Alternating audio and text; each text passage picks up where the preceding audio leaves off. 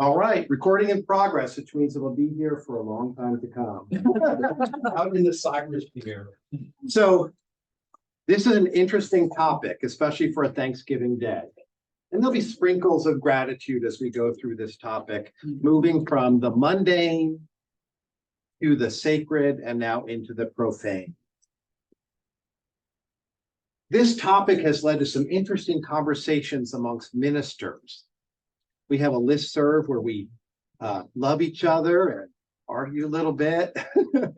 I also was in a meeting this week with a bunch of ministers online, and we talked about how interesting these topics have spurred conversations after our talks, which is really interesting. And one of the ministers, Reverend Michelle, so she goes by Reverend Jersey Girl. She's from Jersey. I guess that would make me Reverend Jersey Boy. And she said, I swear like a truck driver, she said. But I don't do it on the platform. I don't do it in church, unless it slips out, maybe. Classes, maybe, when people are for emphasis. But it's just interesting, and we'll talk about words. She also shared, she said, all of this month is about understanding that what I said earlier, if we believe that God is everything and that we are everything of that God, then nothing is outside of that, including all the stuff that we kick up and make up stories about.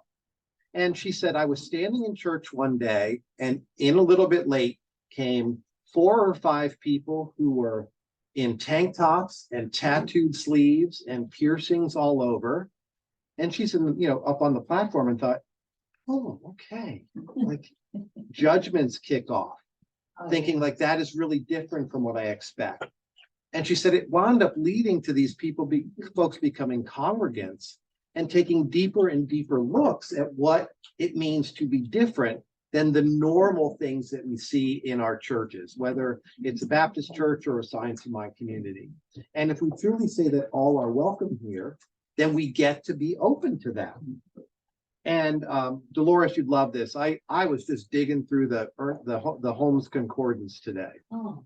Because really what all of these topics are about, they are about oneness and wholeness, and nothing being outside of God. So Ernest, this is a little bit of a long quote, but I like it. Ernest says, it is normal to have faith. It is natural to believe in God.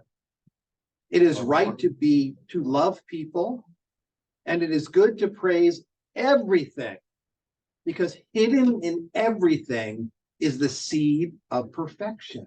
Yes. Everything. The great experiment is in our own mind. Here is the integrity of our own soul.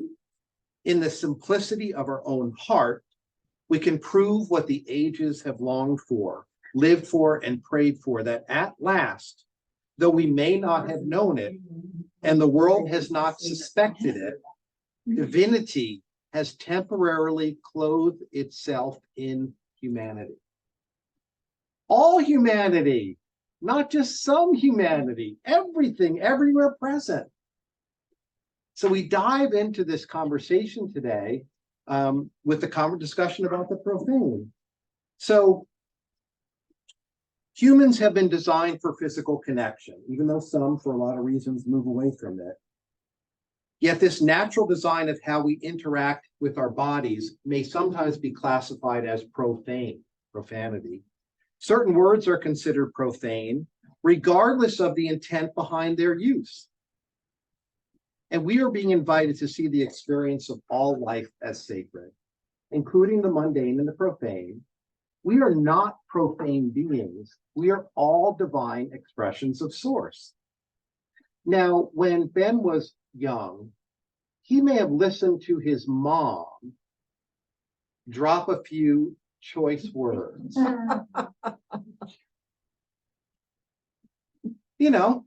They start with F and D and S, all kinds of interesting words. And Ben always had and still has the ability to ask those questions that just get to the root, sometimes out of left field, but really he's trying to figure it out. Said, why are some words bad and some words good? Right? They're all letters. They're all sounds. They come out through our breath. Why are some words good and some words bad? And he said, well, why can't I say that word? And she said, well, you can't. Like, there is nothing to stop you from that, except if you use those words when you're over at your friend Johnny's house and Johnny's mom and dad are there and hear it, they may move in and say that's not appropriate. And then you're going to have to talk about it. So she said, you know, we have these things and we give meanings to our words. And they have all different associations with it. So you have a decision to make about how you use your words, right? Let's also think about the energy of words, right? You don't have to raise your hand, but how many ever say or think a profanity? Right? Okay, good. And if you don't, that's okay too. But Abraham, and Kim shared with me on one of the Abraham lessons, there was a talk of like, you know, if you're gonna have sex, have good sex, right? So if you're gonna use the F word, right? If you use it in an elevating, energetic, uplifting way, then it's empowering. But instead, if you say, oh,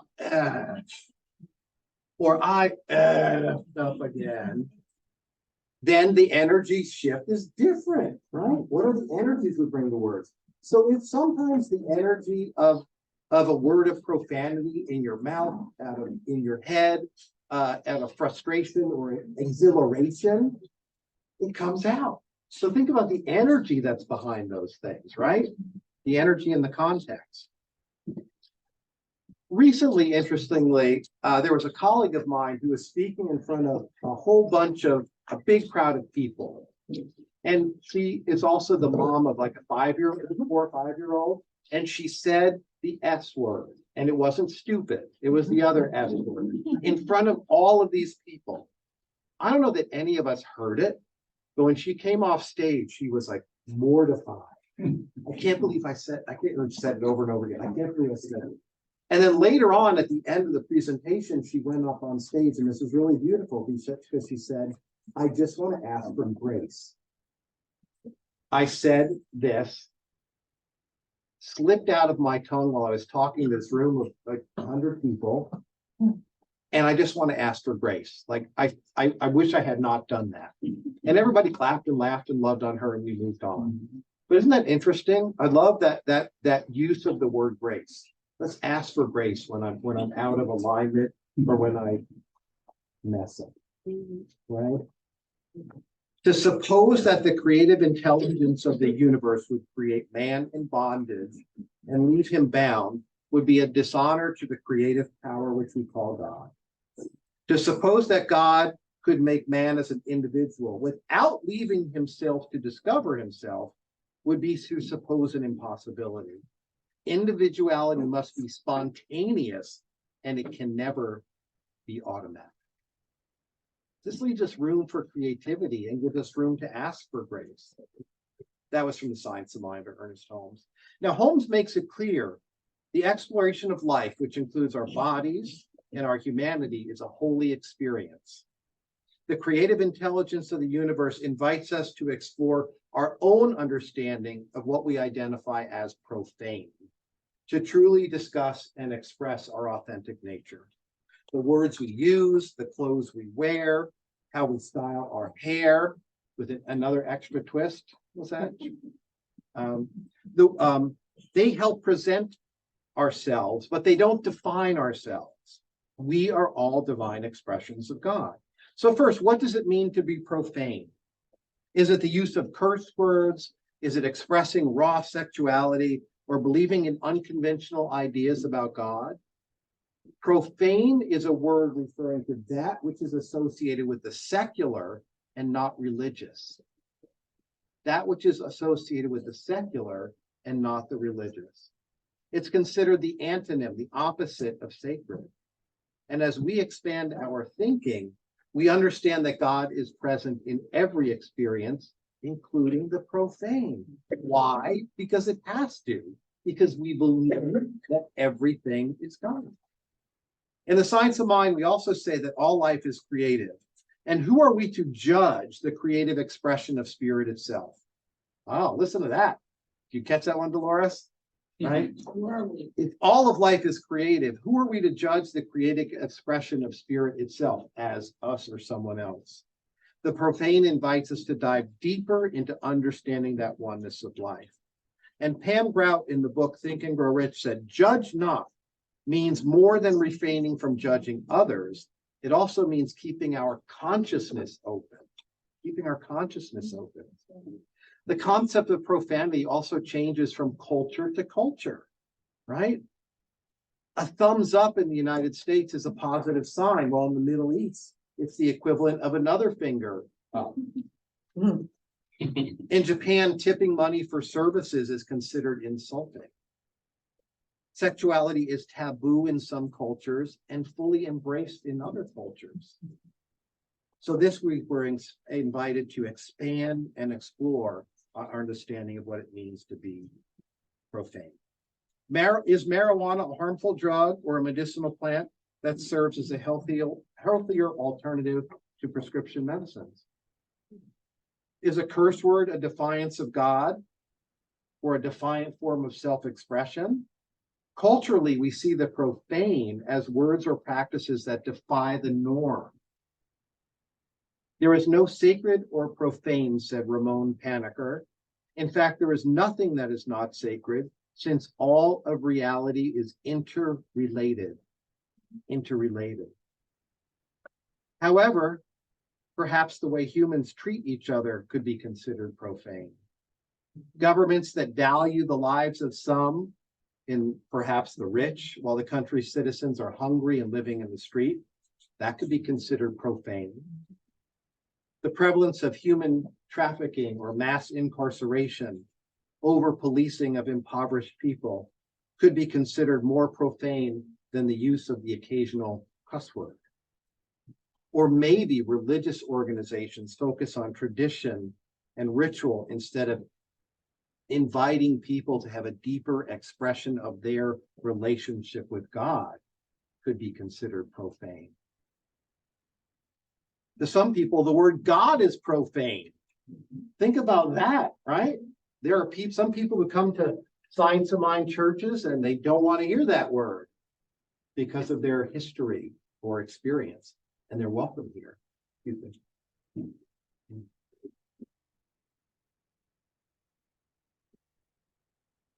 In the song Truth Hurts, have anyone heard the rapper Lizzo? Mm-hmm. Very body positive. You may not listen to her music. She's not skinny as a rail.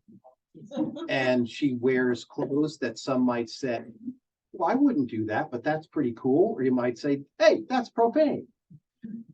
But she says in one of her songs, I just took a DNA test. Turns out that I'm 100% BITCH. I realize that word may be a trigger.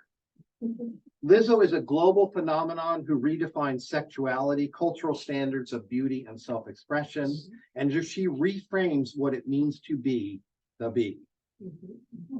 In one of her songs, like Good as Hell, they inspire people around the world to, quote, kick off your shoes, take a deep breath, and take time to focus on you.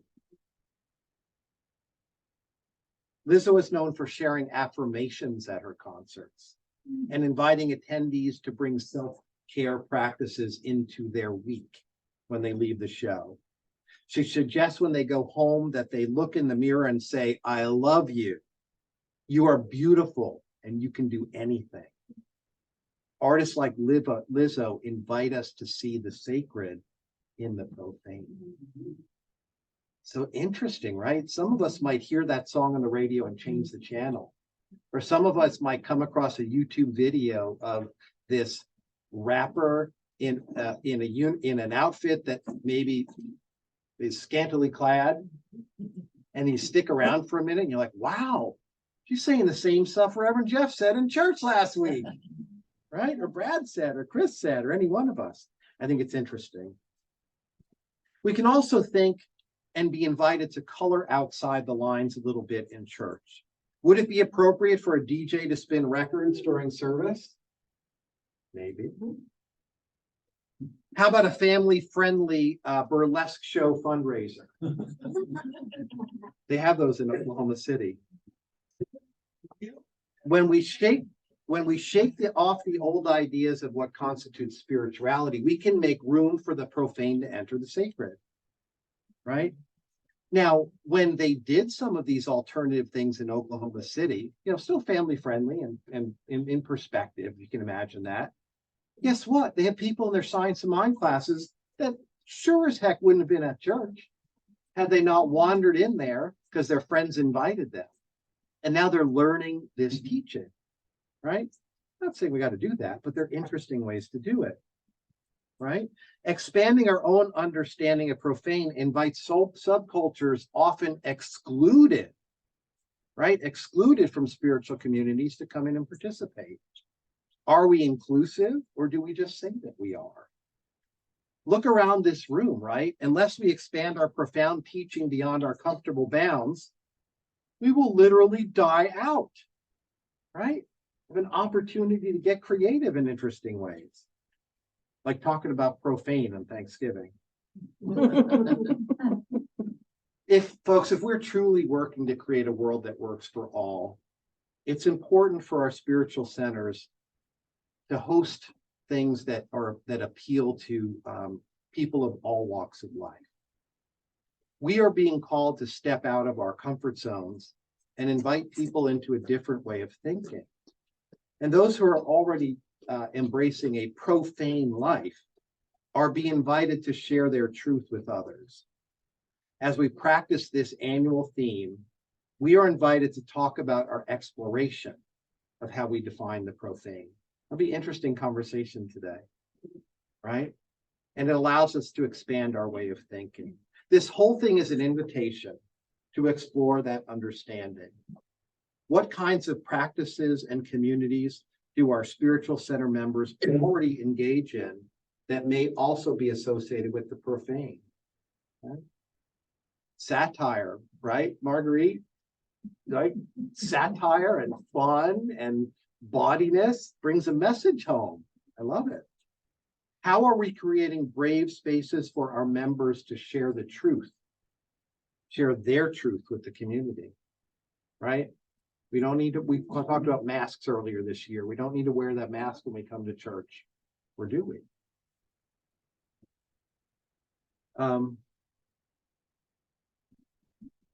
What practices are we engaged in that we may keep secret because others consider it profane? When we express ourselves authentically, we inspire others to do the same. So we all have an opportunity to put into practice what we've talked about, expressing ourselves more authentically and creating spaces for others to do the same, even when we disagree with them. And gosh, that's challenging sometimes, right? So I invite you to meditate on your relationship to the profane. Does the profane make you feel uncomfortable? And if you are someone who's uncomfortable with the profane, take some time to consider how comfortable you are with expressing yourself authentically. Or does your self-expression sometimes rub people the wrong way? Are you able to stand in your truth? Or do others' opinions of you affect how you present yourself? I get it. Regardless of your relationship to the profane, you are invited to share this journey out loud. Okay? Include all other people in this discussion and trust Spirit to guide you through this process. Because like we said at the beginning, it's either all God or it's not. Namaste.